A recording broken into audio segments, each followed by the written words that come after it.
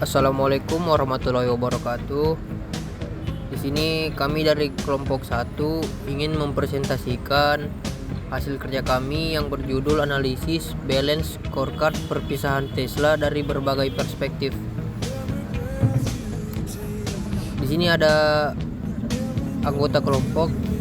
Yang pertama ada Gevira Mutiara dengan NIM belakang 011, Silva Putrina dengan NIM belakang 163, kemudian ada Nabila Putri dengan NIM belakang 164, terus ada Firly Ailun Naswa dengan NIM belakang 083, dan yang terakhir ada saya sendiri Nabil Ammar dengan NIM belakang 124. Baik, di sini ada latar belakang.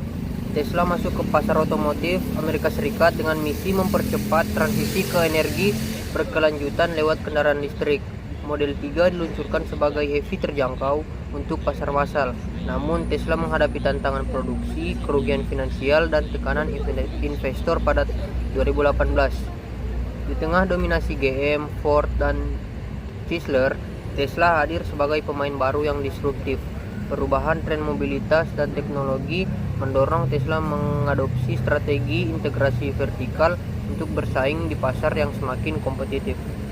Baik, di sini saya akan menjelaskan study case Tesla dengan perspektif finansial. Dalam perspektif finansial sendiri, Tesla selalu dikenal sebagai pelopor kendaraan listrik dengan pertumbuhan yang sangat cepat atau pesat. Namun, Tesla juga menghadapi tantangan finansial serius pada tahun 2018 karena perusahaan Tesla ini mencatat bahwa ada kerugian bersih sekitar 743 juta dolar dari pendapatannya, yaitu 4 miliar dolar.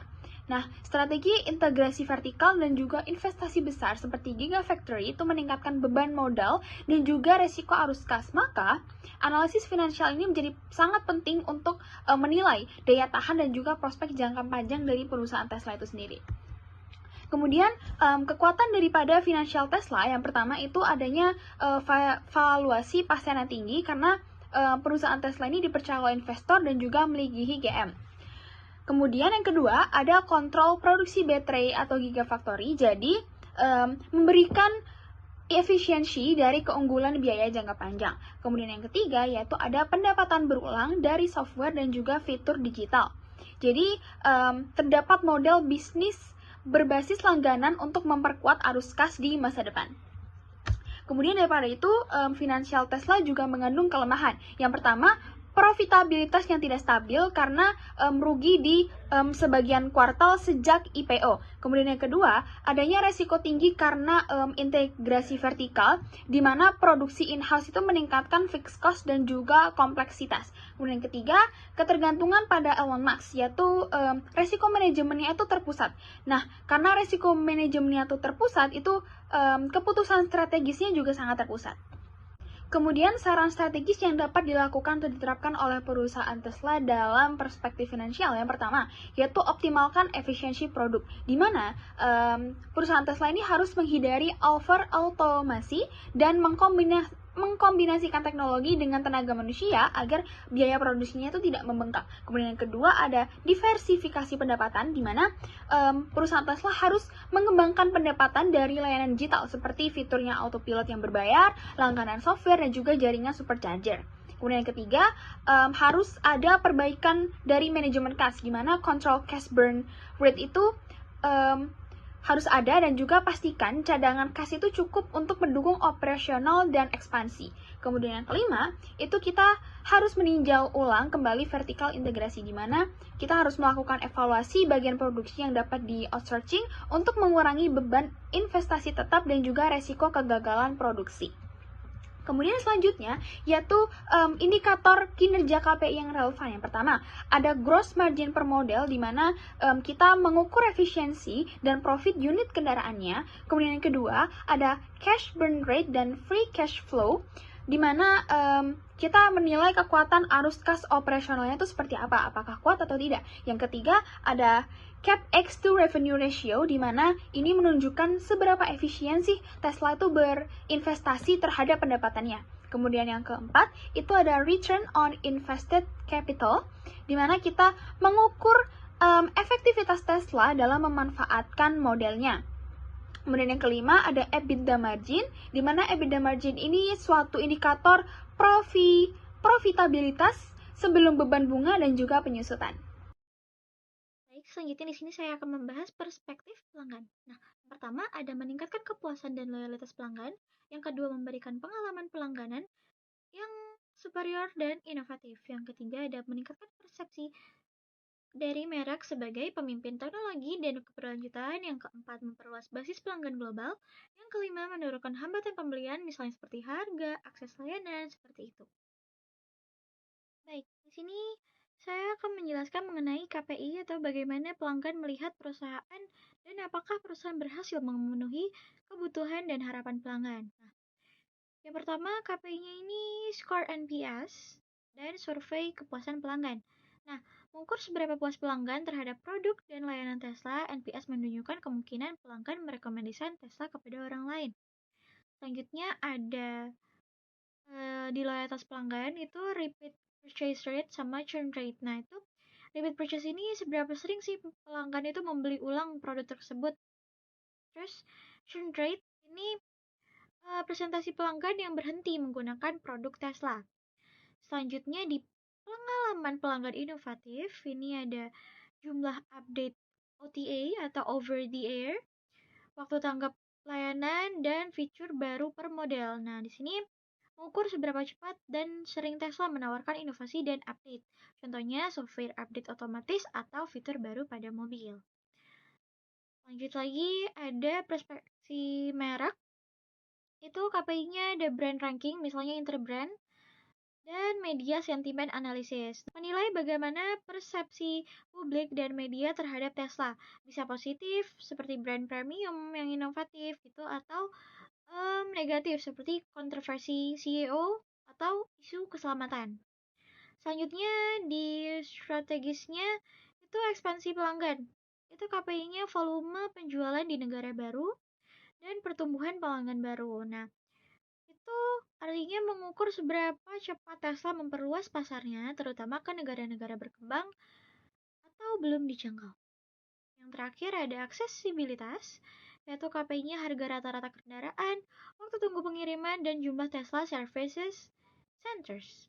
Nah, itu menunjukkan apakah produk Tesla mudah diakses oleh lebih banyak orang, yang artinya harga terjangkau, pengiriman cepat, dan layanan purna jual memadai. Di sini selanjutnya saya akan menjelaskan mengenai kekuatan Tesla dalam perspektif pelanggan.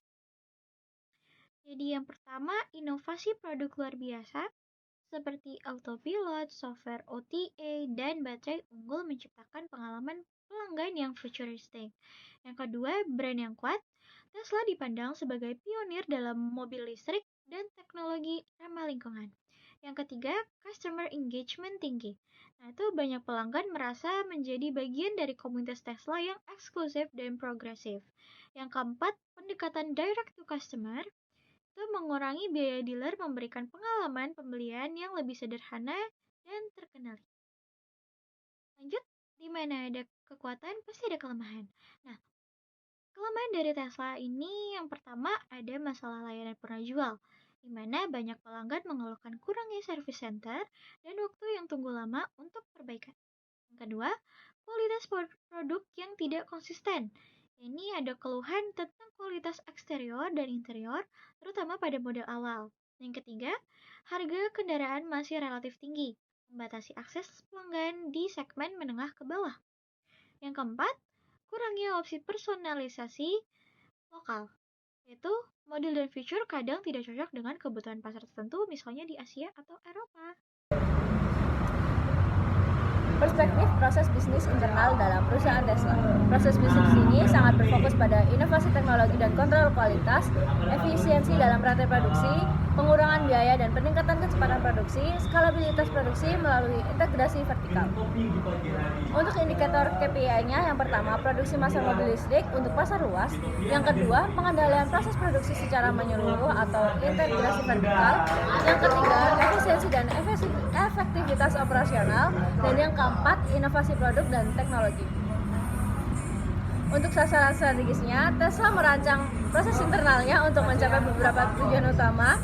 Yang pertama, produksi massal mobil listrik berkualitas tinggi dengan harga terjangkau. Yang kedua, pengendalian penuh terhadap rantai pasokan dan produksi. Yang ketiga, peningkatan efisiensi dan kapasitas produk. Yang keempat, inovasi berkelanjutan dalam mesin, teknologi baterai, dan perangkat lunak. Untuk kekuatan internal Tesla sendiri, Tesla memproduksi sendiri sebagian besar komponen inti seperti baterai, sistem perangkat lunak yang jarang dilakukan oleh produsen mobil lain. Yang kedua, Tesla terus berinovasi dalam baterai, perangkat lunak, autopilot, dan sistem infotainment. Yang ketiga, kontrol langsung atas proses produksi, yaitu tidak tergantung pada dealer atau mitra eksternal besar. Tesla mengatur banyak titik dan rantai nilai. Yang keempat, skalabilitas produksi lewat Gigafactory. Pabrik ini dirancang untuk mendukung produksi kendaraan listrik dalam volume besar yang mendukung pertumbuhan jangka panjang. Untuk kelemahannya sendiri, kesalahan dalam otomasi dan manajemen kapasitas produksi, kelelahan manajerial dan ketergantungan pada Elon Musk. Yang ketiga, masalah kualitas dan penundaan peluncuran produk. Yang keempat, tantangan struktur biaya dan efisiensi operasional. Baik, nama saya Nabil Amar. Di sini saya akan menjelaskan bagian perspektif pembelajaran dan pertumbuhan. Yang pertama itu di sini ada sasaran strategis Tesla dalam perspektif pembelajaran dan pertumbuhan. Yaitu yang pertama ada pengembangan dan retensi talenta teknologi, mengembangkan dan mempertahankan insinyur perangkat lunak dan teknisi manufaktur yang kompeten untuk mendukung integrasi vertikal dan otomasi pabrik. Kemudian yang kedua ada inovasi produk dan teknologi, yaitu menjadi pionir dalam teknologi kendaraan listrik, konektivitas digital, dan kemampuan self-driving. Terus yang ketiga ada penguatan budaya inovatif, yaitu menumbuhkan budaya kerja tinggi, eksperimental, dan disruptif yang dipimpin langsung oleh Elon Musk. Terus yang terakhir ada peningkatan kapasitas organisasi melalui integrasi vertikal, yaitu memproduksi sendiri sebagian besar komponen penting seperti baterai, motor, dan kursi demi kontrol kualitas dan efisiensi. Terus di slide selanjutnya di sini ada indikator kinerja utama atau KPI yang relevan. Untuk mengukur pencapaian strategi Tesla dalam perspektif pembelajaran dan pertumbuhan, beberapa indikator kinerja utama yang relevan antara lain tingkat turnover karyawan, jumlah perekrutan insinyur baru, dan skor kepuasan kerja. Dalam hal inovasi digunakan jumlah paten per tahun, waktu dari desain ke produksi, serta proporsi anggaran R&D terhadap pendapatan. Untuk menilai budaya inovatif, indikatornya meliputi jumlah ide yang berhasil dikomersialisasi dan proyek eksperimen internal. Sementara itu, integrasi vertikal diukur melalui persentase komponen yang diproduksi sendiri dan efisiensi produk. Terus di sini ada analisis kekuatan dan kelemahan Tesla dalam perspektif pembelajaran dan pertumbuhan. Yang pertama itu ada komitmen tinggi terhadap R&D dan teknologi, terus ada karyawan yang berkualitas tinggi, terus integrasi vertikal yang kuat, terus budaya inovasi yang kuat. Terus untuk kelemahannya di sini ada 4, yaitu tingkat kelelahan SDM yang ekstrim. Elon Musk pernah bekerja 120 jam per minggu dan tekanan tinggi menimbulkan kelelahan di kalangan eksekutif dan staf. Terus yang kedua, meningkatkan tingkat turnover manajemen tinggi. Beberapa manajer senior mengundurkan diri, menunjukkan tantangan dalam mempertahankan stabilitas organisasi. Terus yang ketiga, ketergantungan pada Elon Musk. Gaya kepemimpinan sentralistik dan karismatik menimbulkan risiko apabila terjadi krisis pada figur CEO. Terus yang terakhir, kurangnya pengalaman otomotif di awal. Banyak manajemen awal Tesla tidak memiliki latar belakang otomotif, menyebabkan kesalahan dalam integrasi rantai pasok dan produksi. Perkenalkan, nama saya Silva Putrina Nugraha dengan NIM akhir 163. Di sini saya akan menjelaskan hubungan sebab akibat studi kasus Tesla. Tesla menjadi simbol inovasi di industri otomotif melalui peluncuran Model 3, kendaraan listrik yang ditujukan untuk pasar massal. Namun di balik gebrakan tersebut, strategi produksi Tesla yang mengandalkan integrasi vertikal dan otomatisasi ekstrim justru menimbulkan berbagai kendala operasional. Gangguan produksi ini menyebabkan keterlambatan pengiriman, inefisiensi biaya, dan kerugian finansial yang signifikan. Situasi ini diperparah oleh tingginya ketergantungan perusahaan pada sosok Elon Musk sebagai pemimpin utama. Meskipun visinya kuat, Konsentrasi keputusan pada satu orang menciptakan resiko manajerial yang besar dan berdampak pada stabilitas organisasi. Selain itu, strategi Tesla yang syarat investasi besar, terutama untuk membangun gigafactory dan mengendalikan rantai pasok, untuk membuat perusahaan yang sensitif terhadap perubahan kebijakan moneter. Kenaikan suku bunga, misalnya, dapat meningkatkan biaya pinjaman dan memperburuk tekanan arus kas. Selanjutnya, permintaan terhadap kendaraan listrik Tesla juga tidak lepas dari kondisi ekonomi makro. Daya beli konsumen sangat dipengaruhi oleh inflasi, suku bunga, dan jumlah uang yang beredar, yang semuanya merupakan instrumen kebijakan moneter. Ketika kondisi ekonomi melemah, penjualan pun dapat menurun. Jadi, untuk menjaga keberlangsungan bisnis di tengah ketidakpastian pasar dan tekanan ekonomi, Tesla mulai mengandalkan sumber pendapatan alternatif melalui layanan digital berlangganan seperti fitur autopilot. Model ini memberikan aliran kas yang lebih stabil dan memungkinkan Tesla beradaptasi dalam lingkungan yang fluktuatif. Terus yang terakhir di sini masuk ke kesimpulan. Masuknya Tesla ke industri otomotif AS membawa perubahan signifikan dengan menantang dominan produsen mobil tradisional melalui inovasi kendaraan listrik, strategi integrasi vertikal, dan model penjualan langsung ke konsumen. Tesla membangun identitas unik di pasar, meskipun menghadapi tantangan besar seperti keterlambatan produksi, masalah kualitas, dan tekanan finansial. Tesla tetap mampu mendorong transisi menuju mobilitas berbasis energi terbarukan. Kisah Tesla mencerminkan bagaimana visi jangka panjang, teknologi disruptif, dan kepemimpinan berani dapat merevolusi industri yang telah mapan. Baik, itulah tadi presentasi dari kelompok kami, yaitu kelompok 1. Sekian dan terima kasih.